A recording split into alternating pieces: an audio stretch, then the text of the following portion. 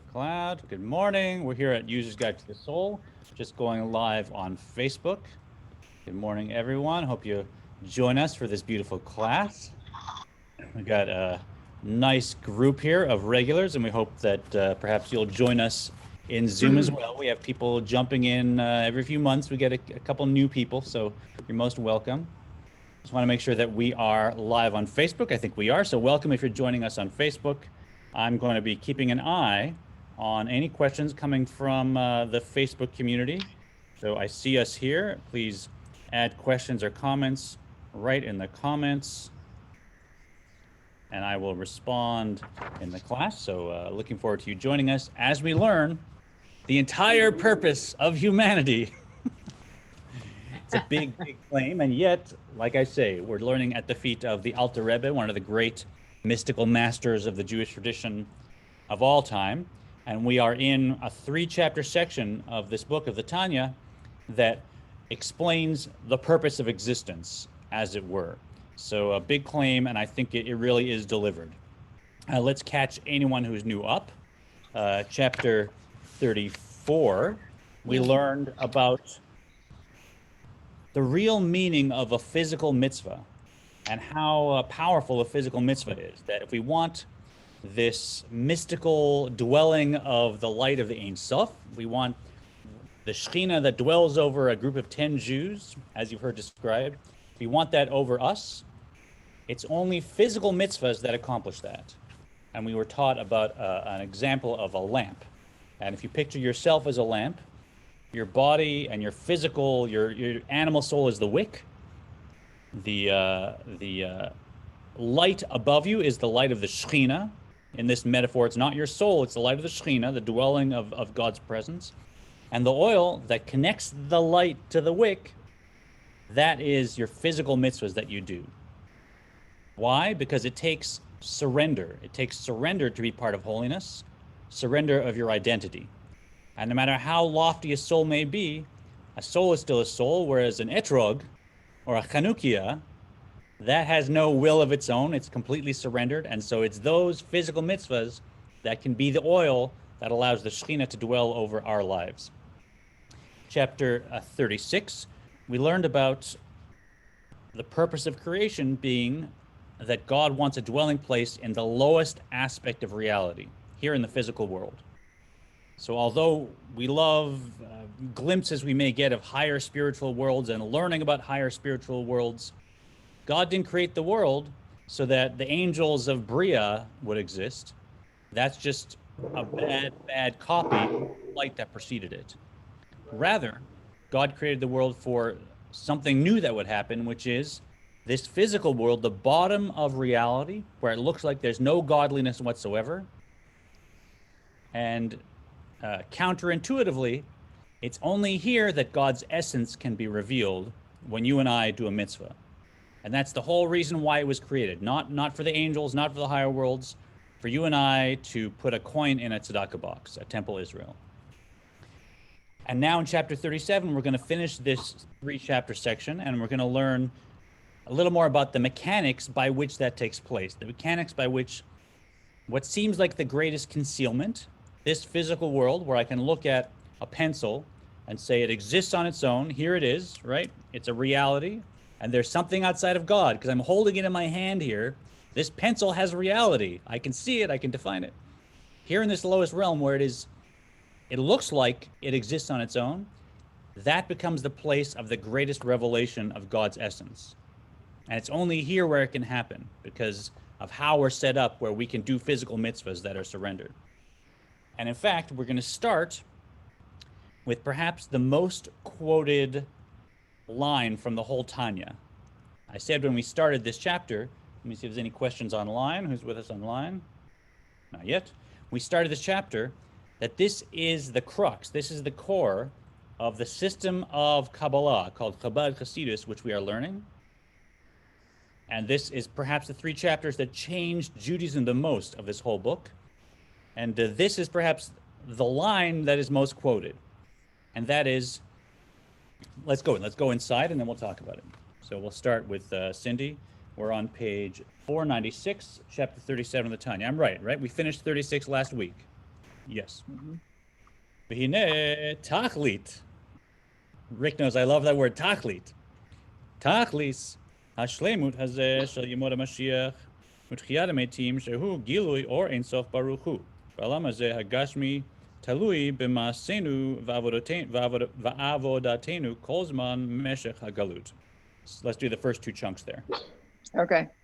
Now, this ultimate perfection of the Messianic era and the time of the resurrection of the dead, meaning the revelation of the Ein Sof light in this physical world, is dependent on our actions and divine service throughout the period of exile, unlike the aforementioned revelation at Sinai, which was initiated by God.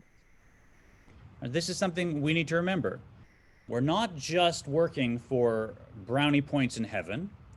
We're not working to make sure that I don't have to deal with something called Gehenna and the correction process of after a life. We're working, all of us together, to bring the world to a new state, which Reformed Judaism calls the Messianic era, which, as we described, now God's essence is the most obvious aspect of reality. And the total oneness that implies is the most obvious aspect of reality. So when I pick up this pencil, I have to really, really focus and meditate and work hard and connect with the subtleties of my perceptions to recognize that it exists outside of God's essence. That's what it's going to be like. Yet we won't be dematerialized, we'll still be in the material world. So whereas now, it's only the spiritual worlds that are completely aware that they flow out of divine energy. In the physical world, that is abstract, subtle point of view. There's a certain point when everything will be refined enough so that will even be our physical senses. And what does that depend on? It depends on each of us doing our own work right now as was described. So I'm not just working to make myself better, to get brownie points, to get a spot in heaven, to get my share in the world to come, whatever you want to call it. Everything I do now is what is creating that reality that we're all working towards. And everyone else is depending on me doing my share, as we'll see, because they can't do my share. So there's a whole collective effort, and there's a personal responsibility in that effort, and it is universal in scope, even though I'm just here doing a little mitzvah. And then very, very famous here, Hi hagorem schar hamitzvah hi hamitzvah be'atzmah. For it is the mitzvah itself that creates its reward. Right, so we're taught that when you do a mitzvah, you're supposed to do a mitzvah, but what happens? You get a reward, right? At some point in the future, I'm in heaven and I have my jar of mitzvahs that I did, and I pull them out, and there's a reward of godly light that comes, and now my soul can enjoy it. Isn't it great?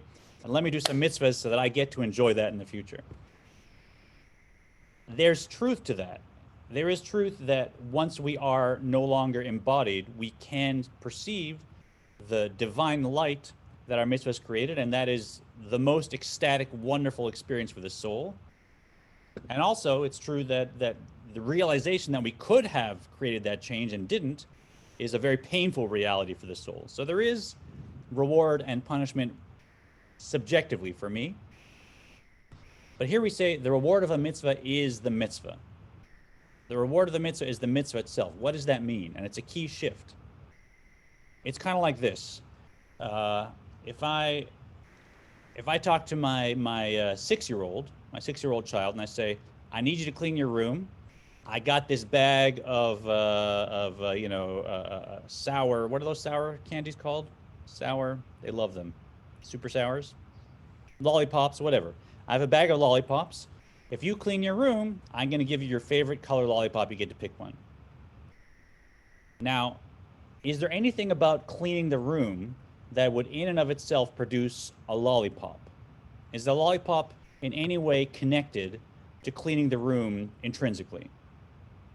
No, right? You can clean a room all week. It's not going to produce lollipops. It's just me, as their authority figure, I've said, I'm going to give you a lollipop. I'm connecting the lollipop to cleaning the room.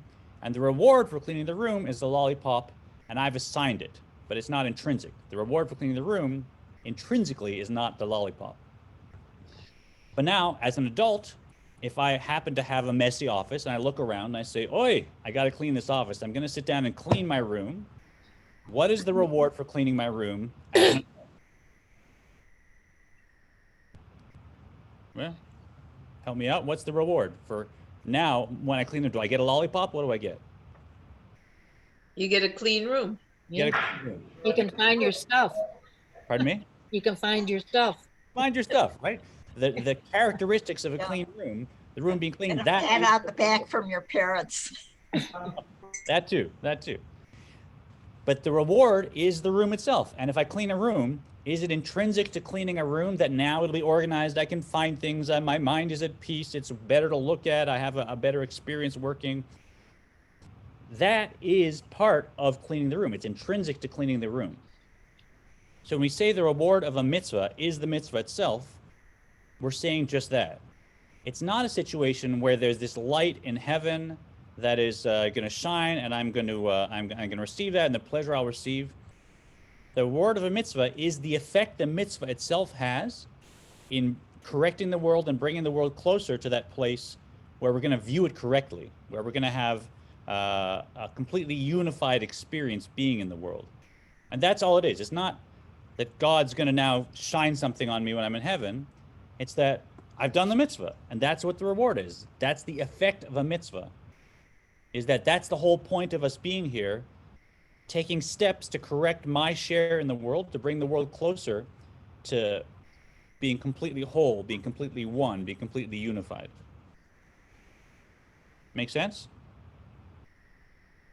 Any questions on that from us or anyone else?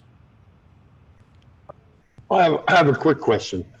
Does that imply also that we need to be a vessel to receive a blessing? I mean, we can pray all we want, but if we are not a worthy vessel, that the blessings won't come?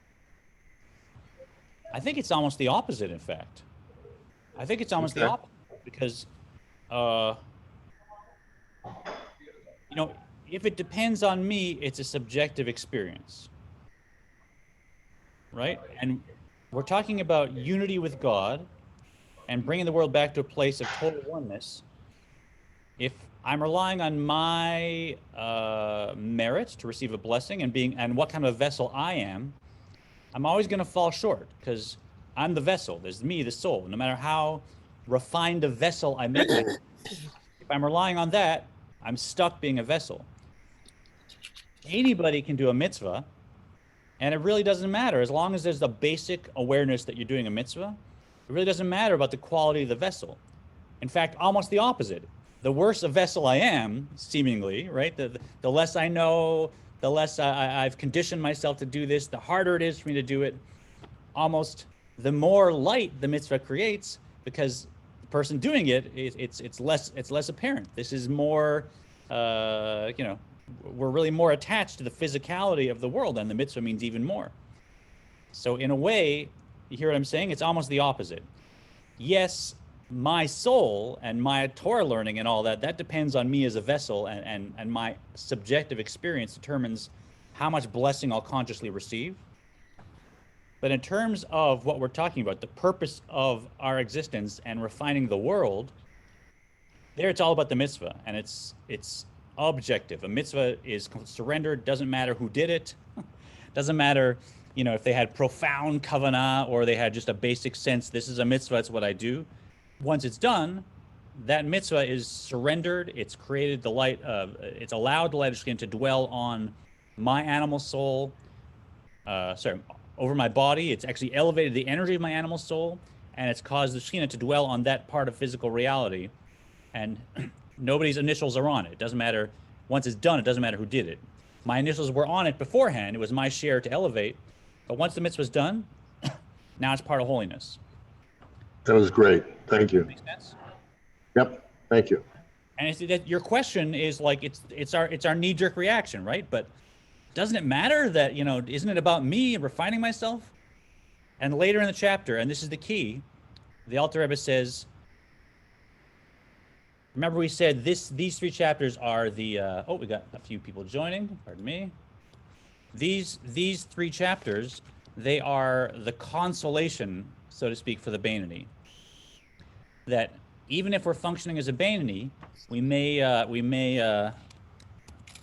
say, yeah, but you created a lower form of Judaism. A tzaddik can experience this love of God, and they create all these blessings. They receive all these blessings. They're much more powerful and connected to God. And me, you're saying, you can't do that. But for you, it's about mitzvahs, right?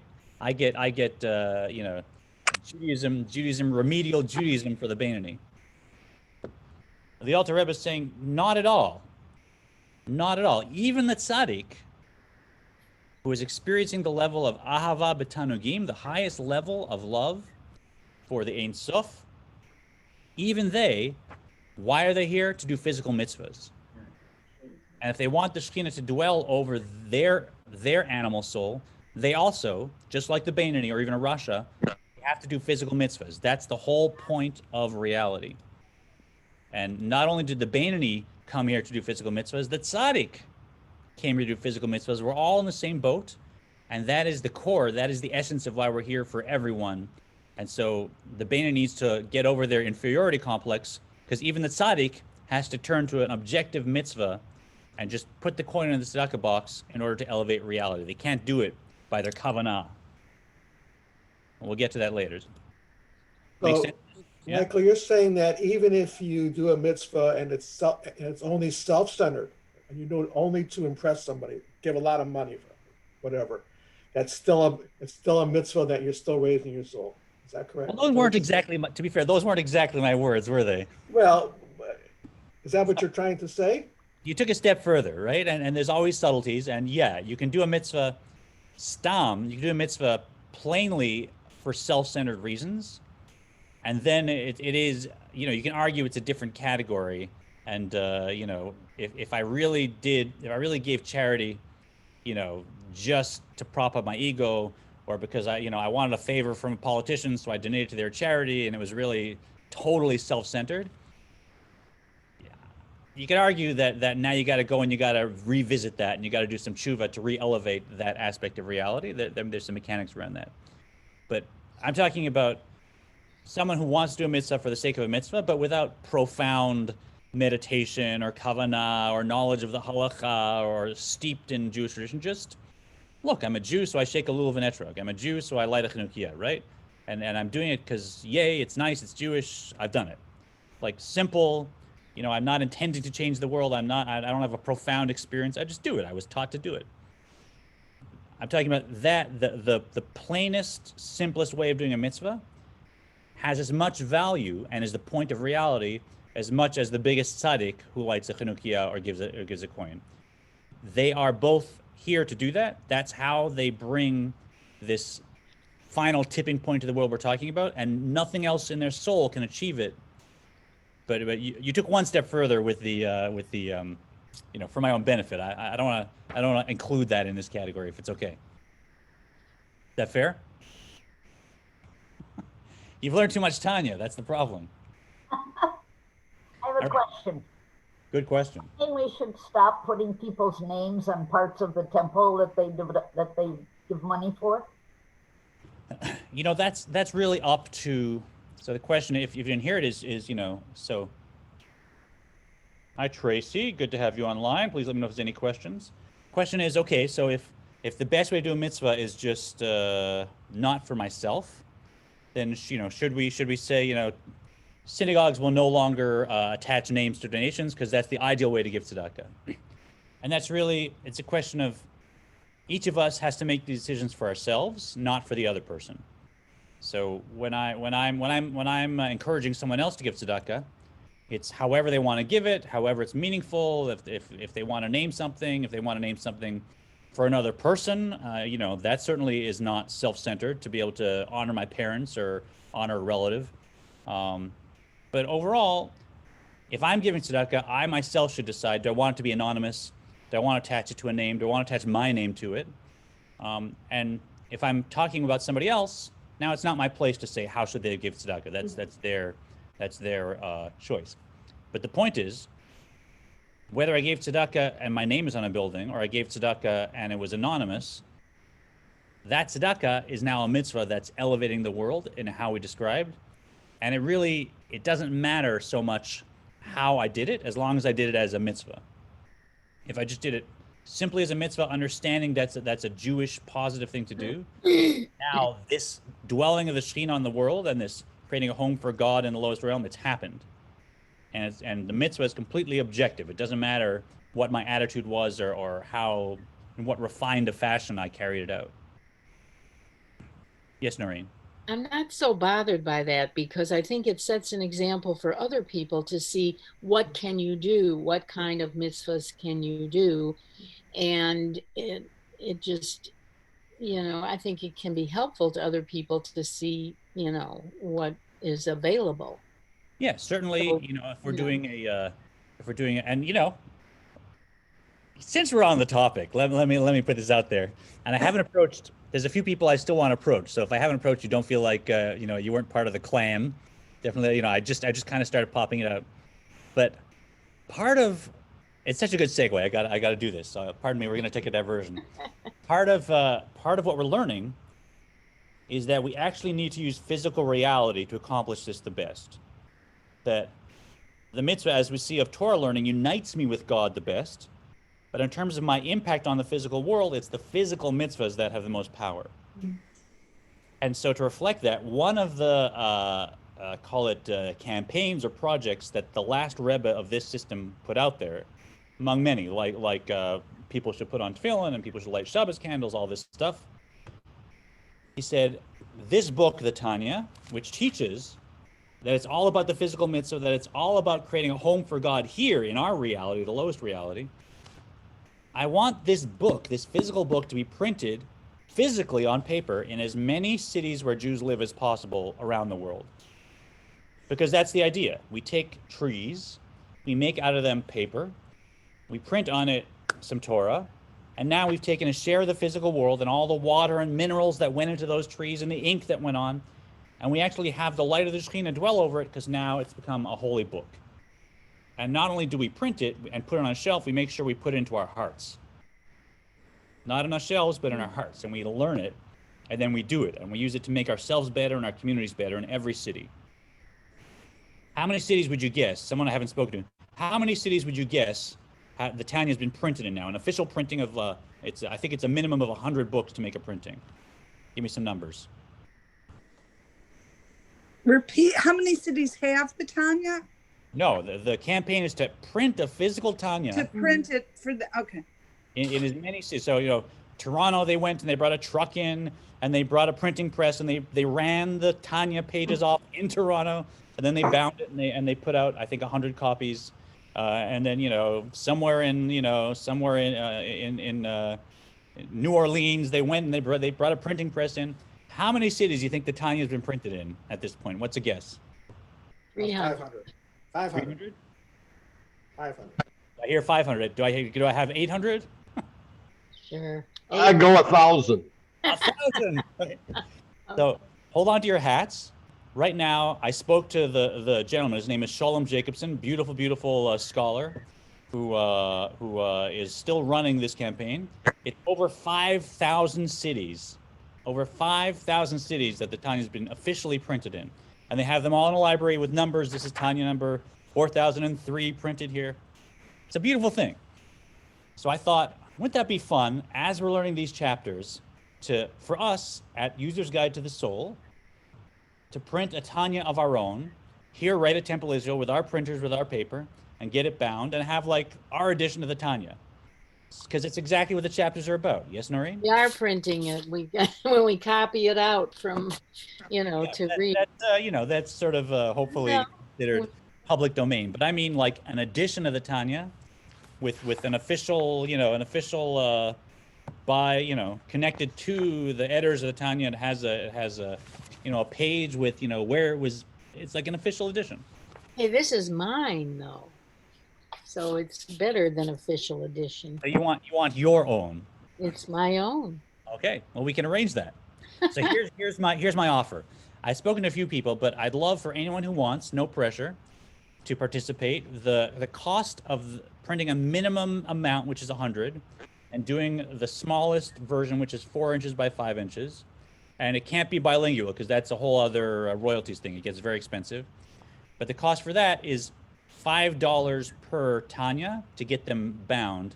And then we have to buy the paper and other stuff. So I'm researching how much.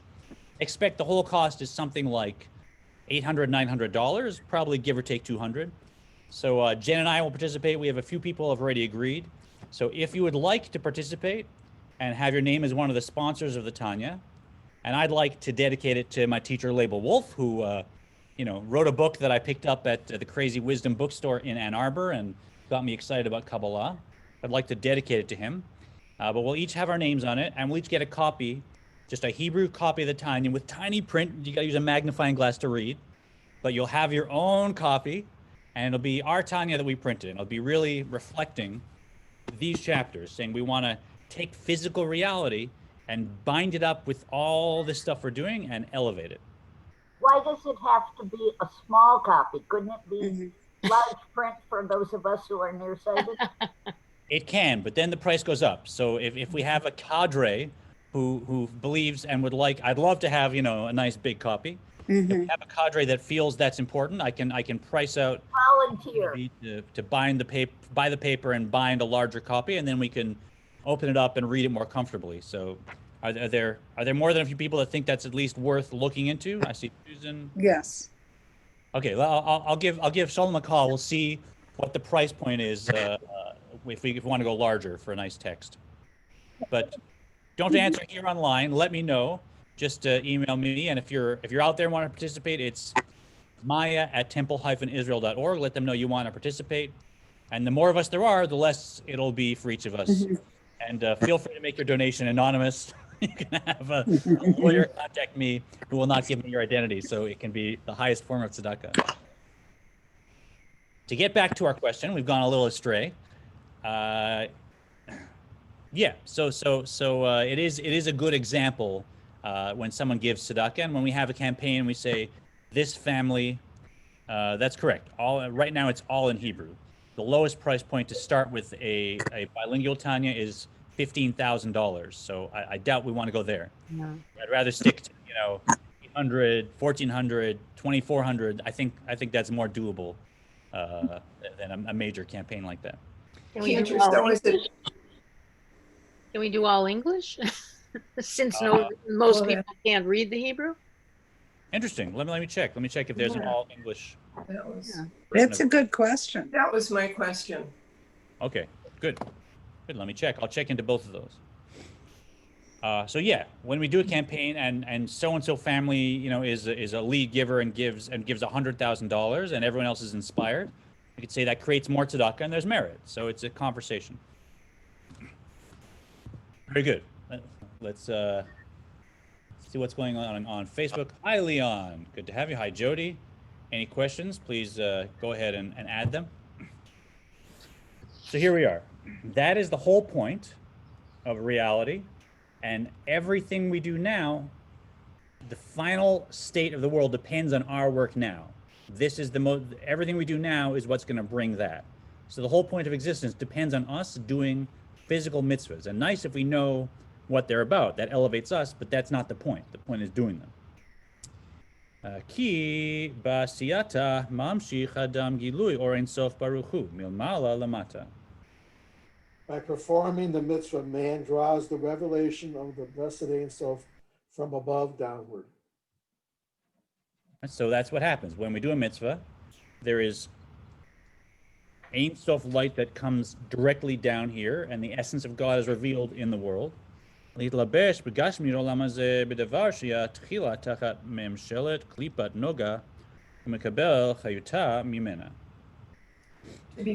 in the physicality of this world, in an object which has heretofore been under the domination of the Klipa Noga and has received its vitality from this Klipa. So if you want to learn more about that, way back in chapter 7 on YouTube, we have it all posted. If you want to watch chapter 7 and learn about Klipa Noga and how it is a intermediary shell of reality, the outside, the physicality of creation, that's the Klipa.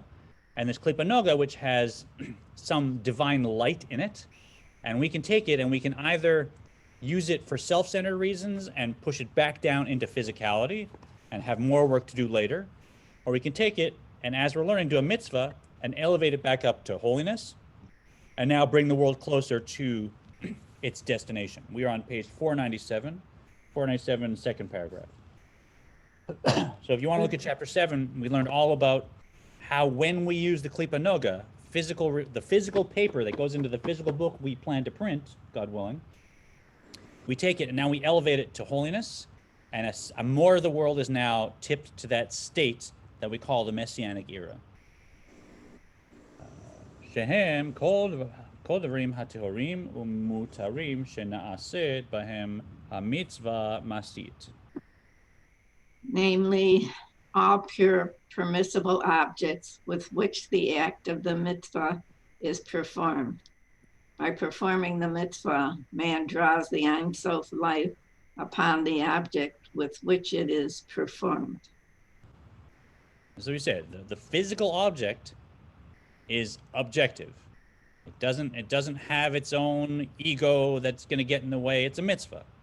So it can be completely surrendered, and that allows it to be completely absorbed in holiness, unlike you and me, or even if we could somehow become a tzaddik, we still have our own self from which we're loving God, and we can't surrender the way a simple physical mitzvah can surrender. Shehem kol dvarim hatehorim umutarim shena'aset bahem hamitzvah masit. For example, the parchment of the tefillin, mezuzah, and sefer Torah, which must be made of the skins of permissible kosher animals. Pardon me, I skipped that Hebrew. Kigon klaf hatfilin mezuzah v'sefer Torah. So, sorry. I go through some examples. It was my fault. Some examples of the physical parts of the world that we create mitzvahs from. And sorry to vegetarians, I've been one for many years in my life, but Judaism says a cow is part of Klipas Noga. It's a cow, right? It's a beautiful being with infinite meaning. But how does a cow become part of holiness? One way is take the skin from the cow and we make it into mezuzahs that our Jewish personal trainers come and hang on families' walls with a blessing. We make it into a Torah scroll that our B'nai Mitzvah come and read from. Pardon me. And when we do that, we take that part of the world that has infinite meaning, but for you and I, do we believe, is our worldview and our deepest philosophy, do we believe that God created the world so that there could be cows? Right? And in the end, do I say when God created the universe, the whole thing God thought of was that there should be cows in fields. Not to denigrate cows. They're a great species. They have infinite meaning. You know, they're endlessly complex as a creation. But I think there's higher realities. There's levels of understanding and kindness and intellect and emotion that have more to do with why God created the world. And a cow, in Judaism, we elevate by wrapping it up in a mitzvah, doing the highest act we can do with it, and then elevating it to holiness. It's tough when you're talking about cows because it's a little mean. You got to kill them. I know that. But that's, you know, if you read from a Torah, you know where it came from. And in Judaism, that's the highest purpose something can reach. As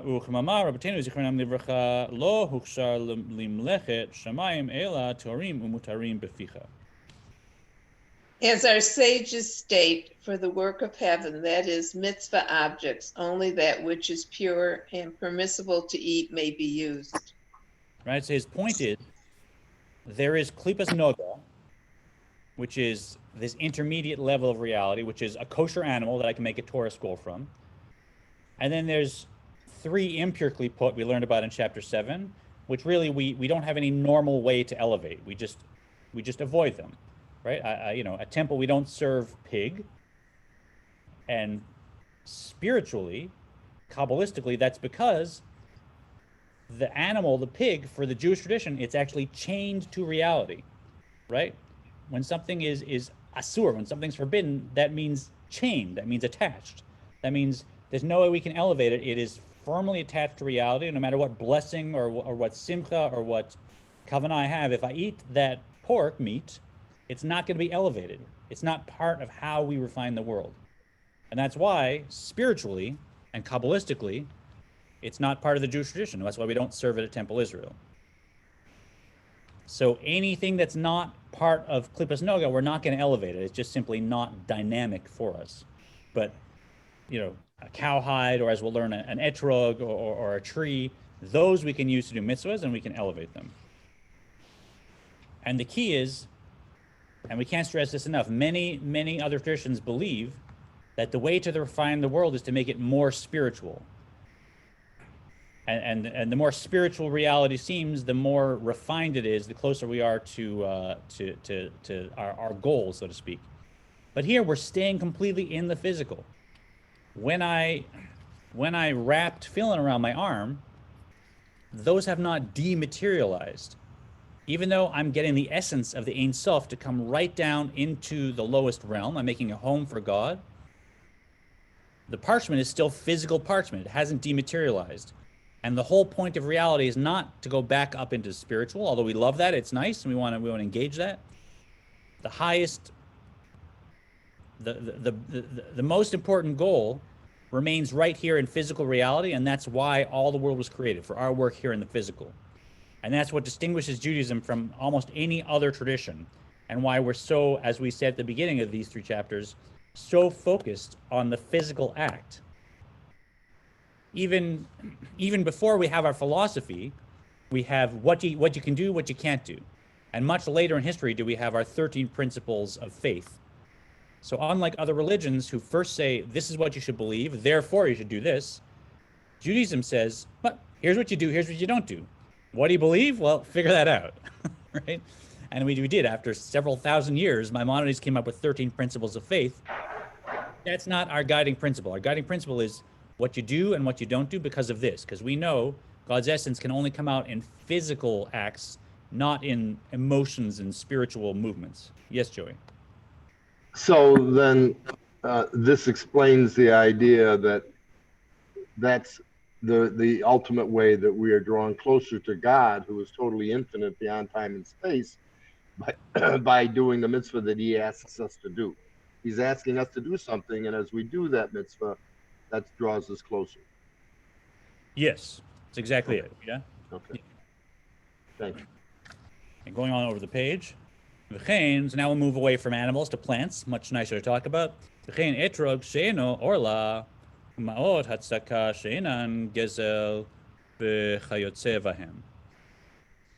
Similarly, an etrog, which is not orla, the forbidden fruit of a tree's first 3 harvests, or money given to charity that has not been acquired through theft and their like.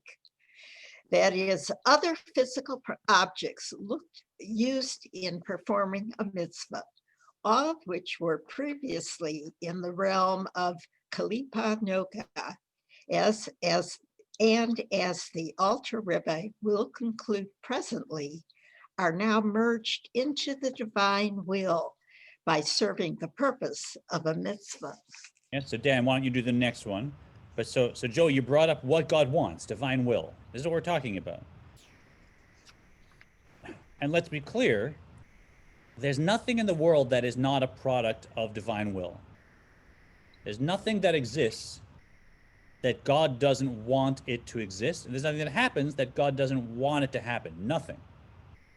Right? You can raise the hair on your head, thinking on your back, thinking of things that have happened and things that are. But that's the definition of what exists. If something exists, the energy behind it is God's will for that thing to exist.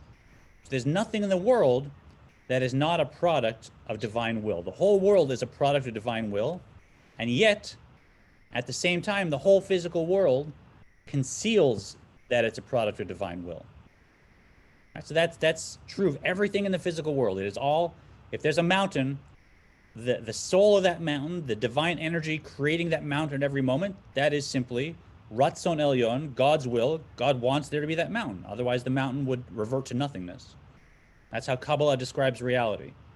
And even if it's something that's the opposite of what God imagined, God wants it there either to test us or for us to struggle against. But like I get up in the morning with my alarm, I don't want to get up, but I want to get up because I want to do something else. Same thing with the world. something that exists that looks like it's contrary to God's will, it's still there. And God may want us to overcome it and struggle against it, and that's why it's there, but there's some part of God's will that wants it. So all of physical reality expresses God's will, but conceals divine will. It's only with mitzvahs that that's reversed, that now that divine will is not concealed and hidden, it's completely revealed. And I look at the Chanukiah and I say, yep, divine will. That's what God wants. That's a mitzvah, no question in my mind. And if you're sensitive, you look through and you see that's how we look at divinity when we look at a mitzvah. But that's not the point we're learning about. The point is that oil or the candle or the metal or whatever it is and the match, it's all being elevated because that's the part of reality that completely reveals the divine will. And when we do that with a critical mass of the world, now the whole world will have that quality of holiness. Let's go on with Dan. She'ha'orla hi mishalosh klipot hatmeot, lagamre she'en lahem aliyah leolam kmo shekatuv be'etz chaim, v'chein kol mitzvah haba'a ba'avera chas v'shalom. For Orla is of the three completely unclean kalipot that can never ascend into holiness, as it is written in Etz Chaim. Thus, fruit which is Orla, deriving its vitality from these kalipot, cannot be elevated by having a mitzvah performed with it. V'chein kol mitzvah haba'a ba'avera chas v'shalom. Paula, why don't you go ahead? Yeah.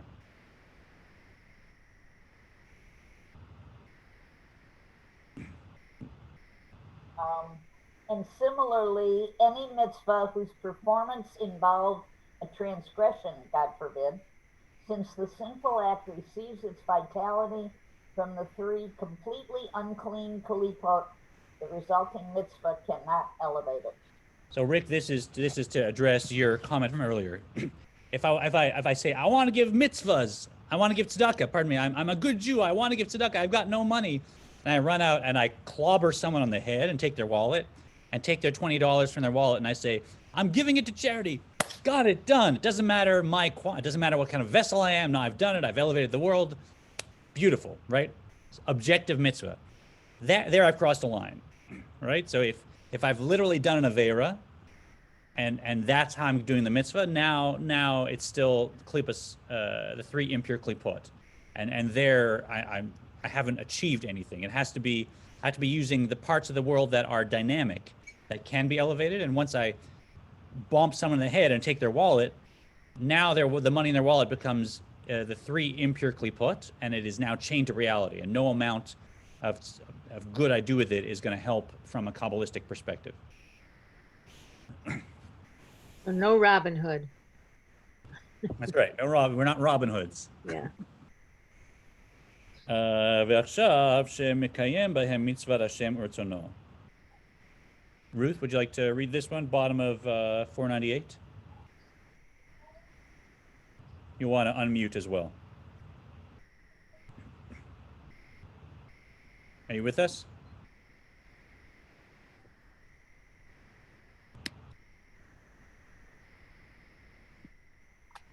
Okay, Ruth, you want to unmute if you're going to read. You just hit the unmute button. Okay. There you go. Now we can hear Okay.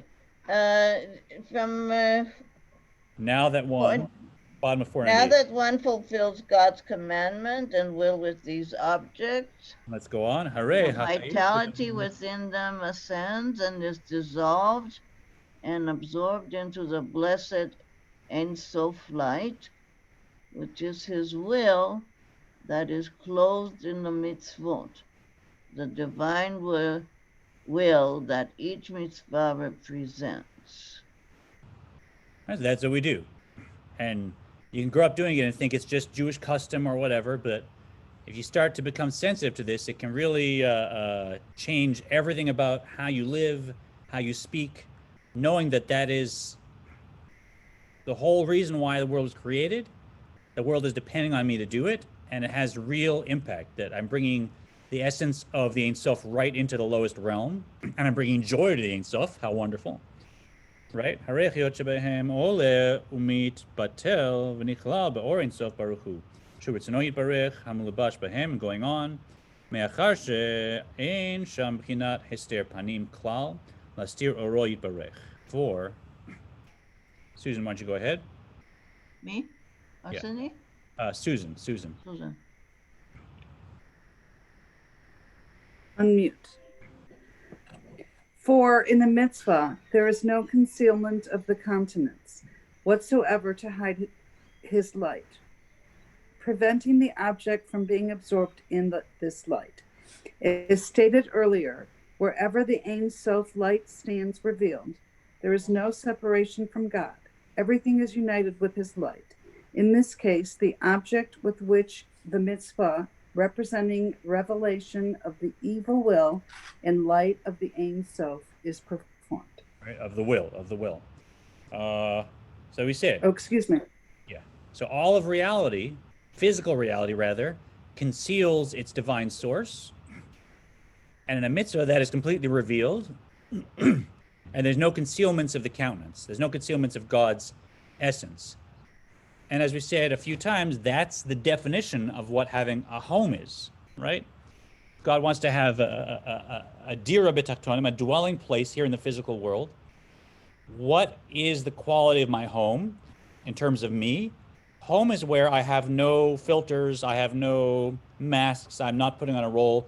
Home is where I'm completely myself.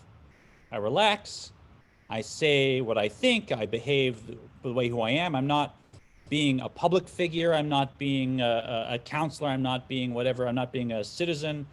All these identities I have when I'm outside of my home that are garments, so to speak, that I put over my essence, they drop. And when I'm at home, I'm just me, I'm my essence. So that's why we say God wants a home in the lowest realms, because the home is where you reveal your essence. And it's in a mitzvah where we can look right through and see God's essence. It's revealed completely. And then we elevate physical parts of the world to holiness. Everybody getting the program here?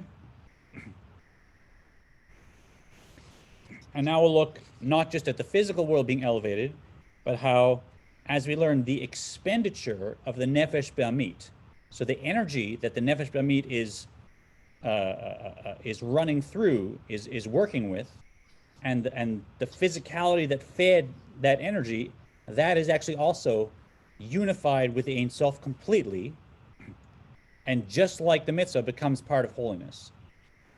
So the glucose from my actual physical muscles that's involved in the mitzvah, and the energy that my physical body is using and my animal soul is channeling, that actually ascends to holiness, and that aspect of me becomes part of that side of reality.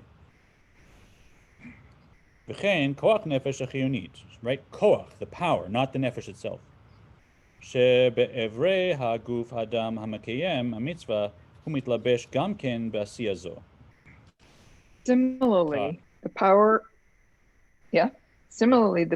of the vitalizing animal soul clothed in the bodily limbs of a person who performs a mitzvah likewise clothes itself in the deed of the mitzvah. Right, so the actual joules of energy in my body, those are neutral. I can take that energy and the spiritual energy of the drive of my animal soul. That's klipas noga. That's neutral energy, and I can take that egotistical drive, and I can use it for a self-centered reason, and now drive it back down into physical reality. Or I can train and channel it to be other-centered, and by helping another person or doing a mitzvah, now I elevate those actual joules of energy that my physical body is burning through. From neutral to holy. Ve'ole me'aklipa v'nichlal b'kedushat hamitzvah shehi retzono yitbarech uvatel be'or ein sof baruch hu. Thereby it ascends from the klipa to be absorbed into the holiness of the mitzvah, which is his will, and is nullified within the blessed Ein Sof light. Isn't that nice? Isn't that we all want aspects of ourselves to be connected with God, to be completely one with God, and our souls can't do it, but the energy, the energy that our souls are using, that can. there's an aspect of myself, that of my soul, that I can completely unite with God through a mitzvah. Beautiful motivation as well. וגם במצוות תלמוד תורה, בקריאת שמע ותפילה וכיוצא בהן. Even in the case of such mitzvah as Torah study, reciting the Shema, prayer, and the like, the animal soul's power is elevated to holiness. Right, so he's gone from the plainly physical mitzvahs, literally a cow, an etrog, a tree, to maybe a little more abstract, which is wealth, right? I mean, when I transfer funds to a charity and it's just some numbers on a computer, have I really elevated the physical world? He's saying yes. In a huge way, he'll say your tzedakah encompasses all of your physical energy and everything you did to earn that money, so it elevates a tremendous amount of the world. And now it goes even more abstract to things like what we're doing now. We're moving our physical mouths, we're turning physical pages. It's Torah study. It seems like it's not a physical mitzvah, but even Torah study has a physical aspect and connects to this dynamic as well. It has a physicality that is still elevating the energy of our animal soul and of our body, the wood that went into making the pages, even the power we're using here over the internet, that's all being elevated. אף שאינן בעשייה גשמית ממש שתחת ממשלת קליפת נוגה. Oh. Although they do not involve the actual physical action, which is under the domination of the Klipa Noga. מכל מקום, הקיימה לן דהרהור לאו כדיבור דמה, ואינו יוצא ידי חובתו עד שיוציא בשפתיו. Yet it is an accepted principle that thought is not a substitute for speech, and one does not fulfill his duty of Torah study, prayer, etc., unless he actually utters the words with his lips. Remind me, we'll do a little meditation here. We're going to start again at the bottom of 500. But he's saying even Torah study, I'm moving this organ of speech. That's a physical action of sorts. And so even Torah study has an element of elevating the physical world insofar as it has physical actions. All right, any questions on this before we do our meditation for the day? Not so much a question, but I've learned, and this just reinforces it, that reading the prayers is not the same as saying them out loud. Right. Read them in your head. So while they're learning Torah or saying a prayer, it connects us to God to just go through it mentally, right? But that you don't really plug it in, right? The final plug where you can complete the circuit, that's when you say it. That's part of the reason why learning Torah is always done orally. You always read it out loud and you discuss it. You sit with a partner, you have a conversation, because we need to connect that wisdom to the physicality of the world. That's what we're all about. Even when we're learning Torah, it still has to have a connection to physicality. That's the core of the purpose of reality. So does it also follow that you basically don't want to just recite prayers by memory, that you want to read them out of the book? I don't know if the same distinction is made. I think as long as you're moving your lips. I think the reason you want to use a prayer book has other reasons, connecting to tradition, connecting to the sages that did it. Right, because before they didn't have prayer books, they just did it from memory. Yeah. And the Chazan would be the one that would be doing most of it. Right. I mean, you're using a physical siddur, so that involves the physical world. That's nice, but I wouldn't know if that distinction is as key as you're making it. I think once you say it, you're good. Okay. Yeah. Thank you. All right, so let's find a nice, comfortable position. So as we go through these chapters dealing with the purpose of reality, we want to take them and by inserting them into our brain, so to speak, by understanding them, we want them to flow down into the heart. We want them to flow down into the heart so that we create emotions that will elevate everything we do. So we're going to insert this understanding into our mind in order to charge our divine soul to create emotions of love and fear having to do with the ideas. Let's sit in a comfortable position. And let your spine get longer. If you're a little oiska-zoomed like I am, a little over-zoomed, just stretch your spine out. Let your breath get bigger and slower. You can close your eyes if you're comfortable. We'll start breathing in on a count of 4 with me. 1, 2, 3, 4. Keep the breath in. 2, 3, 4. Let the breath out. 2, 3, 4. And keep the breath out. 2, 3, 4. Complete the cycle again. 1. Keep the breath in as your belly is swelling and opening. Now let the breath out as your belly pulls back up to your diaphragm. And remain there. 2, 3, 4. Continue that cycle on your own. Nice, slow, even breathing.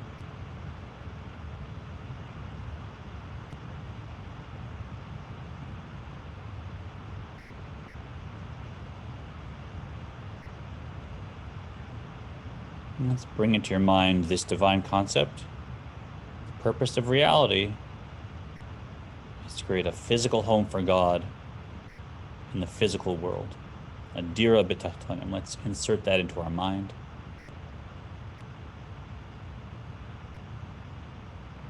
Whether it creates a picture or an abstract form, or brings to mind things we've done, things we'd like to do, let all that be wrapped up in the one concept. Let it fill your mind.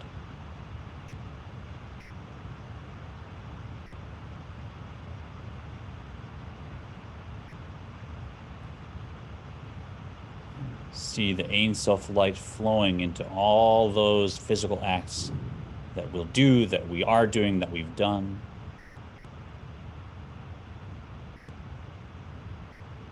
And allow your heart to follow that mental focus, to feel the joy that the Ein Sof perhaps feels, some part of it, at having a home in your life, in your world, in your mind, in your heart, in your physical reality.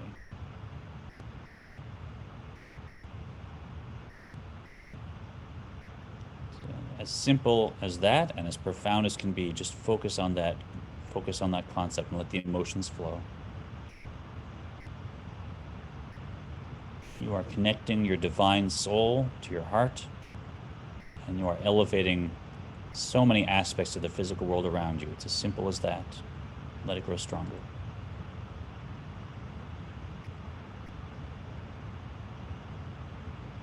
If you'd like to remain in this posture for 5, 10, 15 minutes, please go ahead. If you're here with us in the class, we'll open our eyes because our time is up and wiggle our fingers.